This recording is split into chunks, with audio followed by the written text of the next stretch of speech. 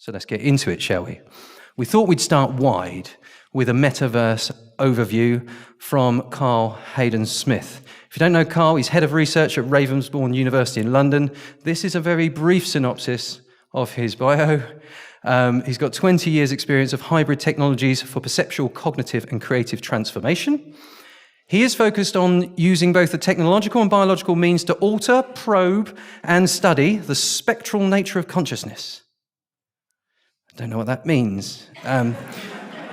He's given over 300 invited public lectures, conference presentations, keynotes. He's raised multi-million pounds for projects in the academic sector, and his research interests include embodied cognition, spatial literacy, unwelt hacking, sensory augmentation, artificial senses, and body hacking. I'm sure that's not butchery. Would you please welcome Carl Hayden Smith?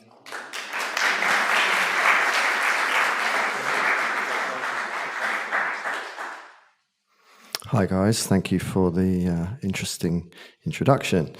So I'm going to talk a little bit about, the differences between extended reality, Web3, which is often mixed up with Metaverse. So we're going to distinguish those things. And I'm going to look at it through different businesses, different industries, so focusing on fashion, music, and some art. And I'm also going to look at identity, what happens to human identity in the Metaverse. So a kind of common understanding of, or the original understanding of the Metaverse comes from Neil Stephenson's Snow Crash. So in 1992, that book was published, and he meant by the Metaverse an online universe which closely resembles our reality. And it's somewhere the people can go in order to avoid the problems of the real world. And I'm going to counter that as a sort of a premise. So it's a common understanding, virtual world, a bit like Second Life, but connected to the real world. So the difference between Second Life cut off the real world a lot of the time. So the Metaverse or digital twins are very much around this theme of, connecting, sensing, so that you actually make a real difference so the virtual world's tied to the physical world, and the physical world is tied to the virtual world. That's the definition of a digital twin. That's the definition of the Metaverse. But there's so much room for disruption because our traditional media is archaic.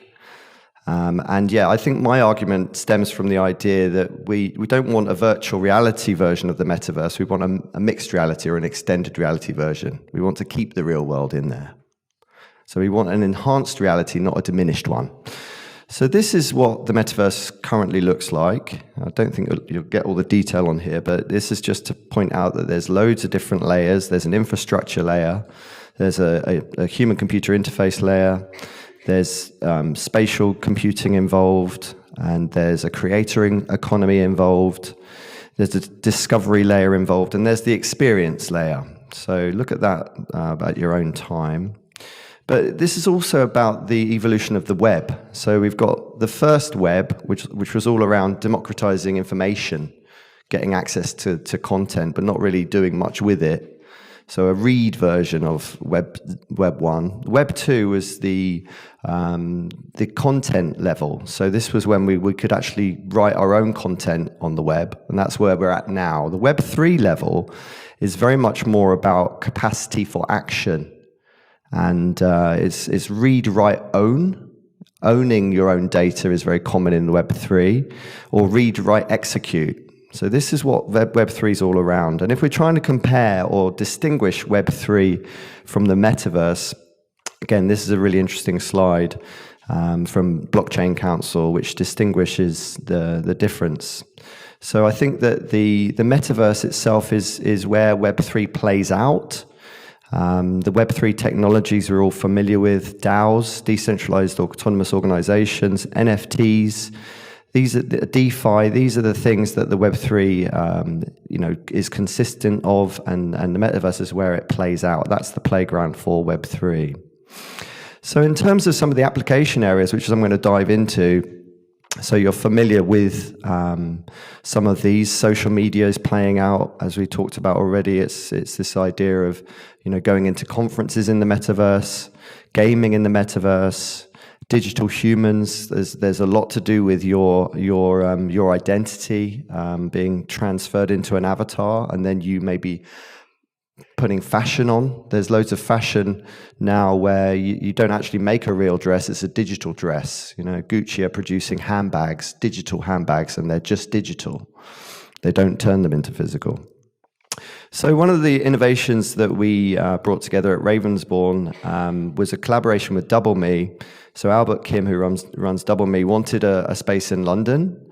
And I was like, well, don't rent a space, come to Ravensbourne, we'll share the lab. So this is what we built. This is a holoportal, and this basically is an ability to have a series of cameras that will enable you to create point clouds. So the metaverse is driven by point clouds. It's driven by Lidar, and I'm going to explain what that is. But this ability to turn a piece of content into multiple contexts. So you're delivering it into animation, delivering that same content into film, or if you wear one of these, which is a Microsoft HoloLens. How many of you have tried mixed reality? Not virtual reality, mixed reality, yeah, so a good third of you. So this is the originator, still the kind of the lead, the HoloLens, Microsoft. If this hadn't arrived in 2015, I wouldn't have been able to do the €3 million project that we won from Horizon 2020.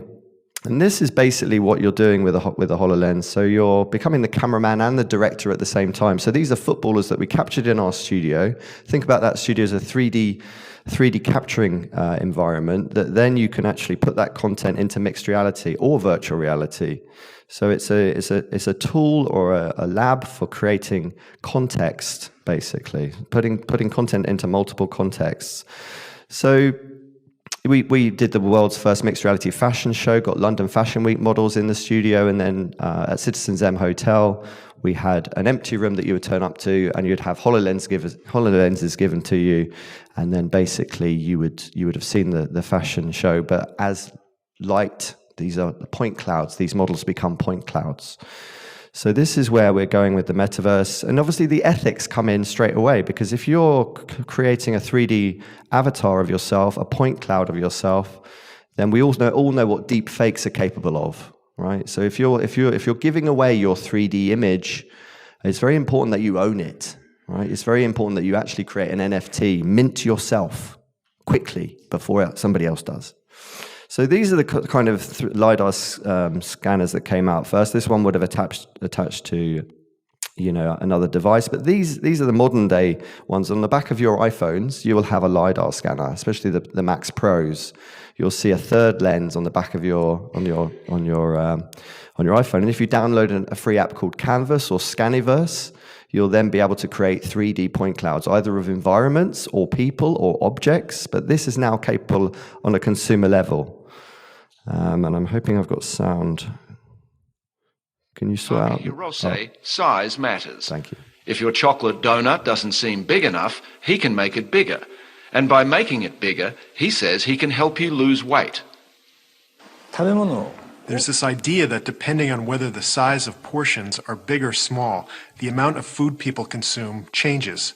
So we thought it would be interesting to try out the concept using computers. So there's like two things. So that's actually no joke. That's actually real science. We've even found out that things. So I worked in Japan at Tokyo University and Keio University, and we also found out that things are less heavy perceptually if they're white. So putting an AR headset on, all the dumbbells in the gym are black, right? So if you actually turn everything white, you can actually pull more weight, and we've got hard science on that. So we did a talk earlier last year, actually. For Masters and Robots Conference, and this was a talk about the metaverse from within the metaverse, and this is the studio that we currently have at Ravensbourne, which is this Lidar capable studio. So let's just have a quick There's like two things I want to pick up in there, and the first is the way that really sort of savvy creatives and businesses are using the metaverse for things that you can't do in real life. Whether that's give you a perspective of the world you can't get, like Marshmallow Laser Feast in the tree, or whether that's hosting events for hundreds of thousands of people that you wouldn't literally be able to do, especially in the lockdown. And the other thing that I was really interested in is you mentioned the sort of buzzword of the moment, NFTs. Yeah. Because as well as having its own currency and, it's going to have a huge economy in the metaverse. It has NFTs, which, we think of as art pieces that, have a value and digital value in the digital world. So who's exploring this, do you think? So you couldn't really see that because of the lighting, but what you saw there was us becoming a point cloud, right? And then the difference is that when you're actually shooting from a director's point of view, you have that fixed, right? A YouTube is fixed. The director's viewpoint is sovereign, right? But a point cloud, and they've got whole basketball courts now linked together with or filmed with Lidar. So imagine your favorite sportsman, you can now follow his hands, just his hands, and choose where you're looking. So it's from point of view to field of view. That's what's changing. It's a declarative rather than a prescriptive view. So you control where you look in that view. So moving on to some more ethics, I think that this idea of digital twins is certainly powerful, much more powerful than Second Life was, and I think this has a lot of legs.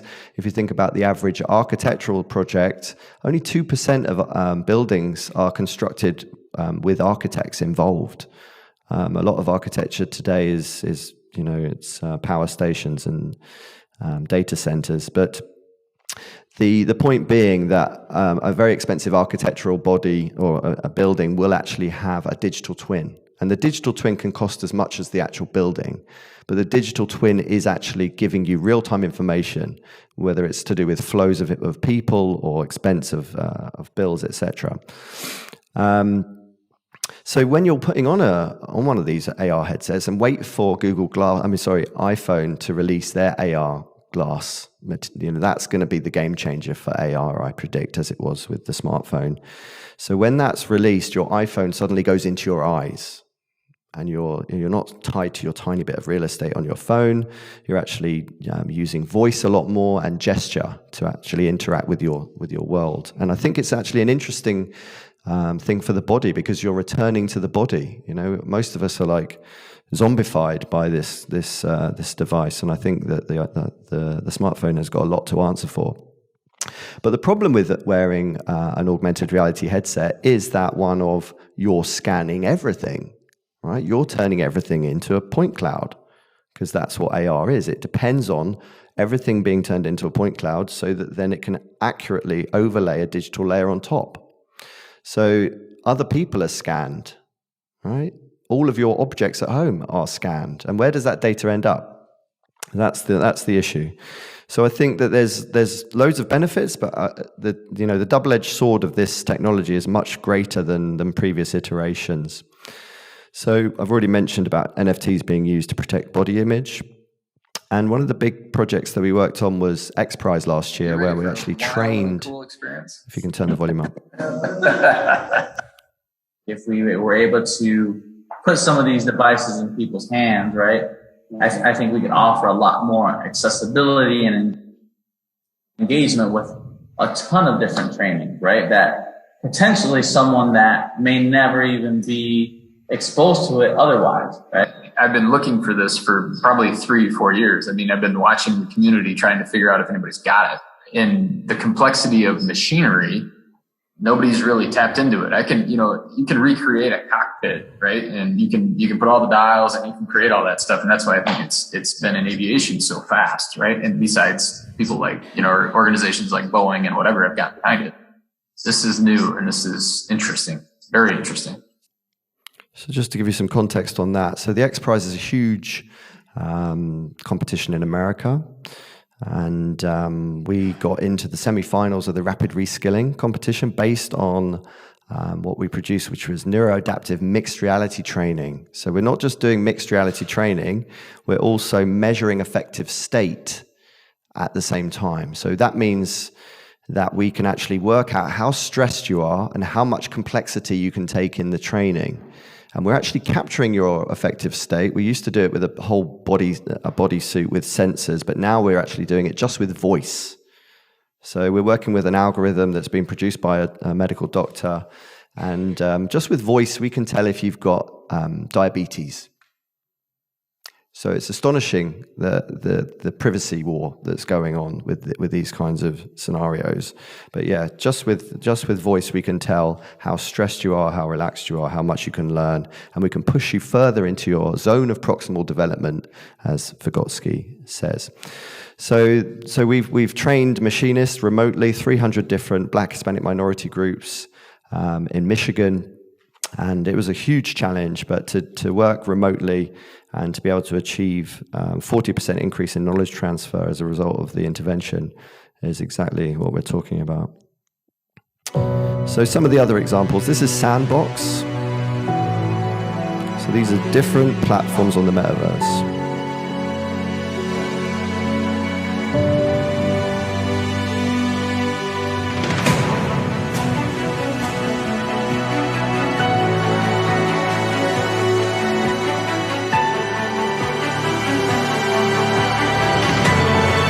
So a little bit clunky, a little bit choppy, a little bit Minecraft-like, but hugely popular.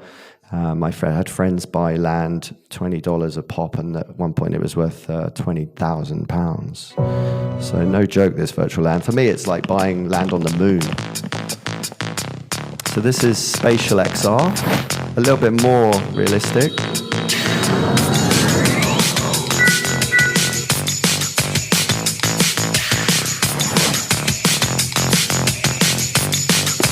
So why I'm showing you these is because I'm looking at the fashion industry a lot and looking at the innovations in terms of, cloth rendering, whether you can actually get real-time physics involved. And I think spatial XR is really interesting. Ready Player Me is one of the biggest avatar creating tools. And you're seeing a lot of companies now jumping into the metaverse because they're realizing, especially the young people are populating this space. So this is Adidas, who are creating NFTs with their products, and it's an interesting one because if it makes things more collectible. So if you're owning a physical object, then an NFT is provided with it. So when you may sell that jacket, then the NFT goes with the object, and it's happening in all sorts of areas. It's also happening with music. So another little example, this is an incredible, probably the biggest volumetric project that's ever been undertaken. It's a collaboration with Balenciaga, with Dimension Studio. Dimension Studio is Microsoft's version of a Lidar studio, and this is the quality.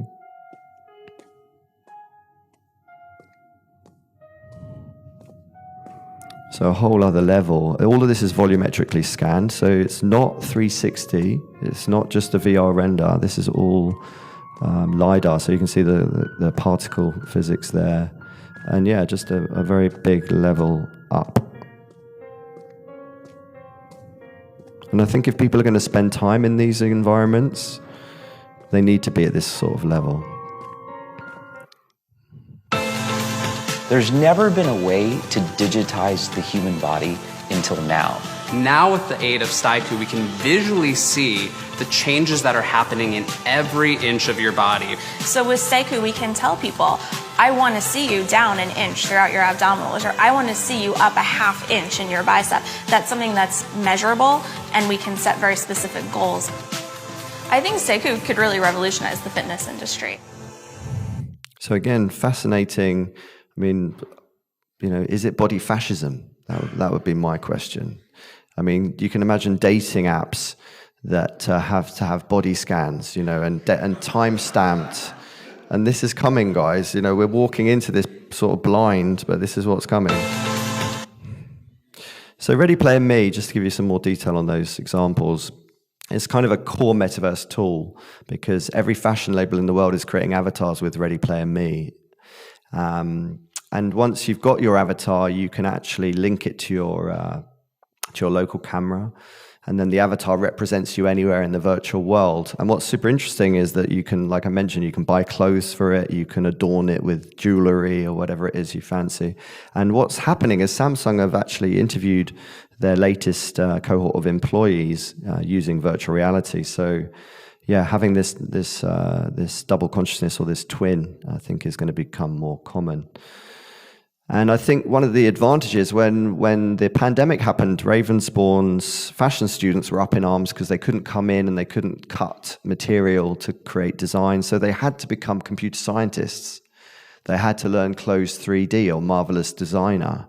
And begrudgingly, they became computer scientists as well as fashion experts. And now they're, much more valuable as assets in terms of their careers. So, and also we know the fashion industry is a massive polluter. So if we're using virtual reality or mixed reality to start to actually build these things, you may still print them out in the real world, but the money saved on prototyping is huge. And in terms of fashion brands and designers, you can reach a much greater audience.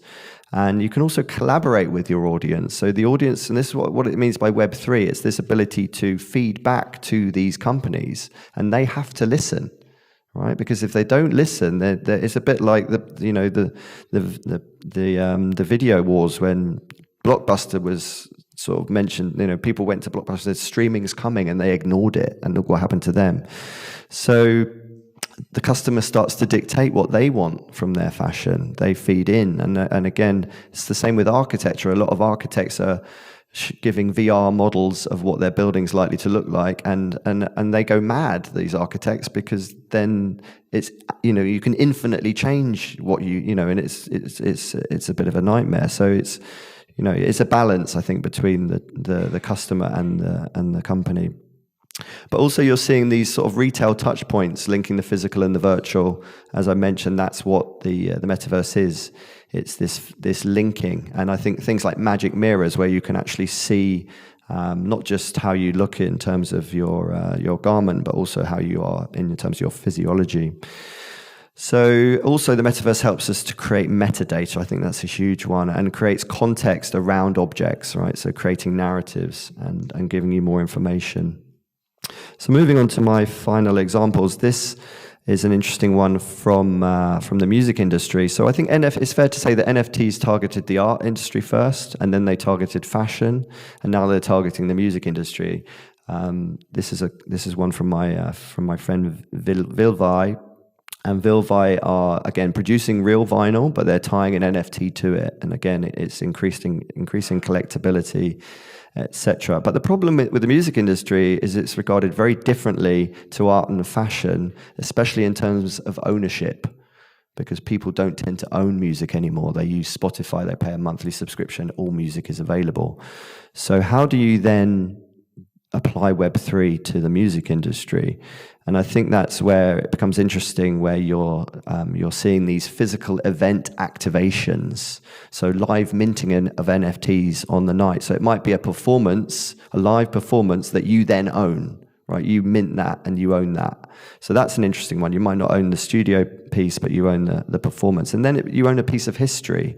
There's a brilliant example in Holland, in Amsterdam, called NXT Museum, that are doing lots of stuff in this space.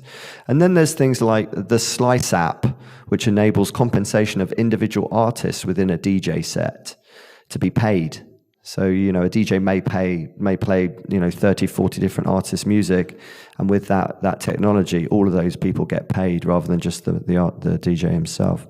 So Web3 also, it's still very niche, this stuff, right? Not a lot of people. It's about training industry. That's what I'm doing. It's not so much training students so much as training industry to understand the capabilities of this stuff. But what this stuff enables in the music industry, it gives super fans these unique experiences. So depending on how many tokens they've got or how many gigs they've been to, there's something called a POAP, which is proof of attendance. Right, so if you've had lots of attendances, then you get to see the artist behind, at the backstage or whatever, or you get to see them in the studio, in their process. And I think for anyone doing live events, please investigate these opportunities, as they will help build your community fan base. So to summarize, what I've done is I've focused on user data privacy and encryption. I think I haven't actually mentioned encryption. One of the things we're doing with Lidar data is encrypting post-quantum, post-quantum encryption is the where you need to be going with this stuff, and encrypt end to end. If you're using like a Facebook Oculus Quest 1 or 2, that data's not yours, no matter what you do with it. And Facebook knows you better in 2D than your mum knows you. Facebook in 3D will know you better than you know yourself and be able to predict what you're going to do next. So it's extremely serious. Further research should seek to protect our ethical rights of privacy, integrity, and autonomy while still fostering user agency through experiences that are empowering, educational, and entertaining. Thank you very much.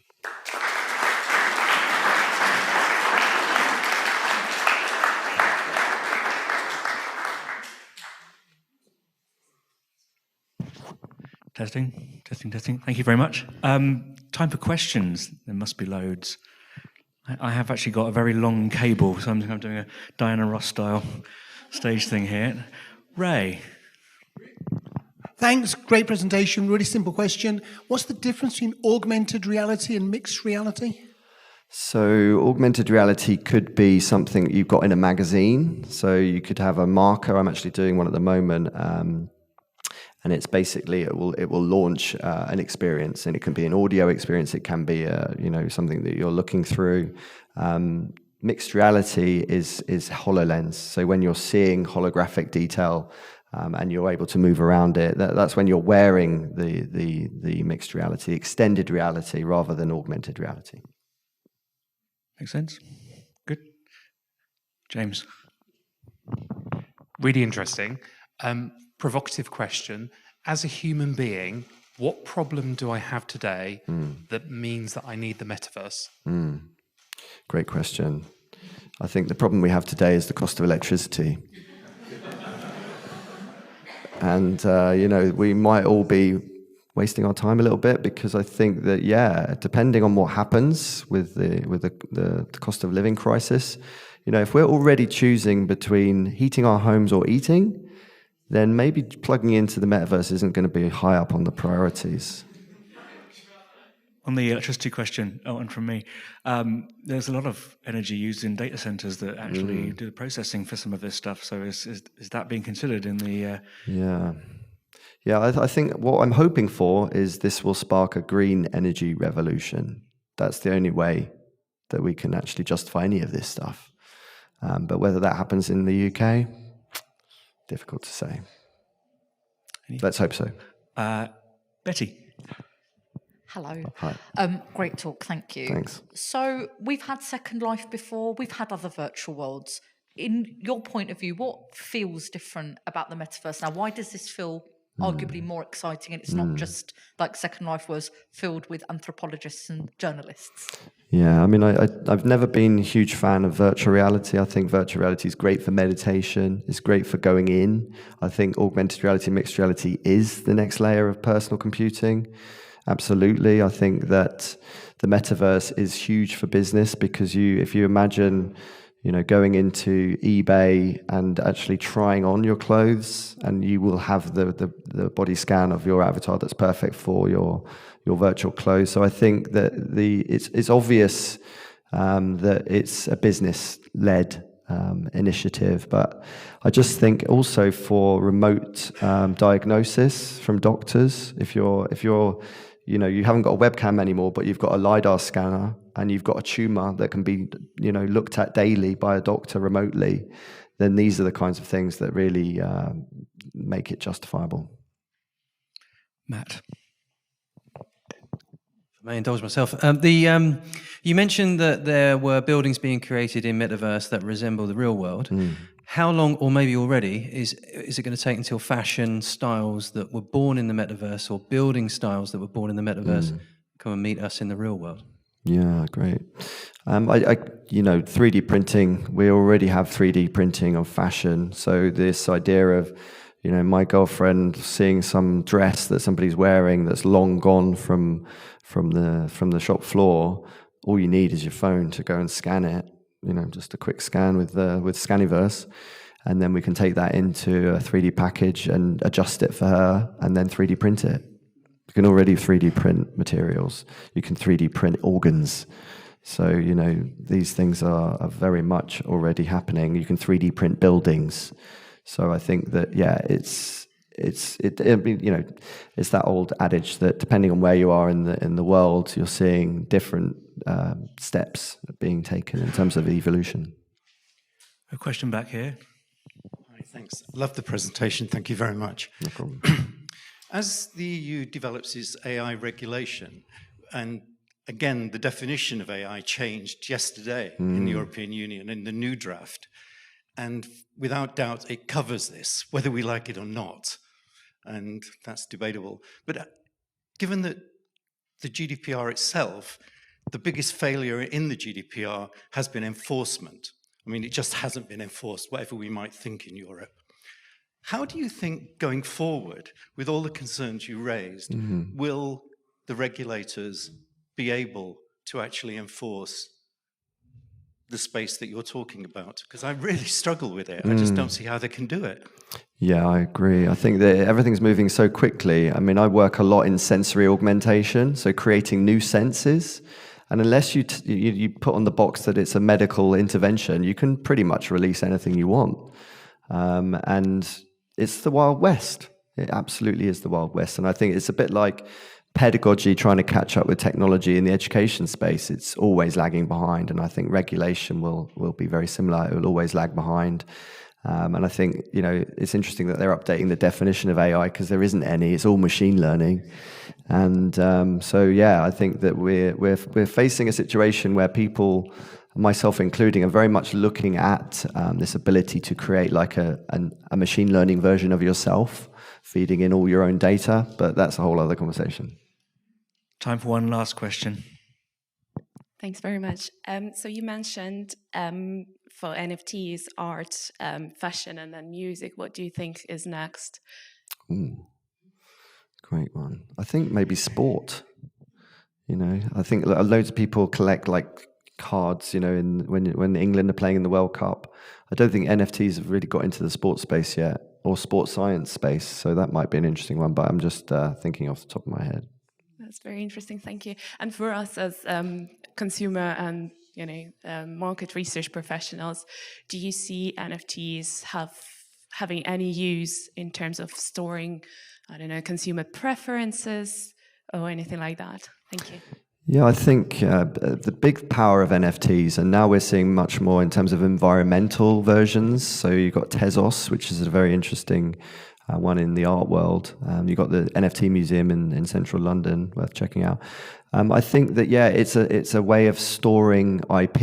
It's certainly a way of marking your creation and saying that. So whether in the marketing research world, you want people to say, yeah, I said that first, and I'm the first one to give you that information, and maybe it empowers I've done a lot of market research myself and been a subject. So I think, it depends how important that data is. If you as a subject in a market research study then comes up with a brilliant idea, then maybe you could share part of the profits of that rolling out.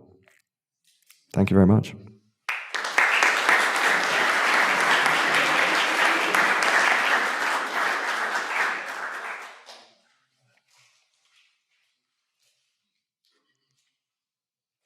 Good morning, everyone. I'm Monica. It's lovely to meet you all. Thank you so much for such a wonderful topic there. I mean, I'm just sitting here thinking, I really need to make a digital twin after this. My twin definitely will have better clothes sense than me, because at the moment I hate going shopping. It's just so confusing for me. But this is probably a place where I can be a stylish Monica.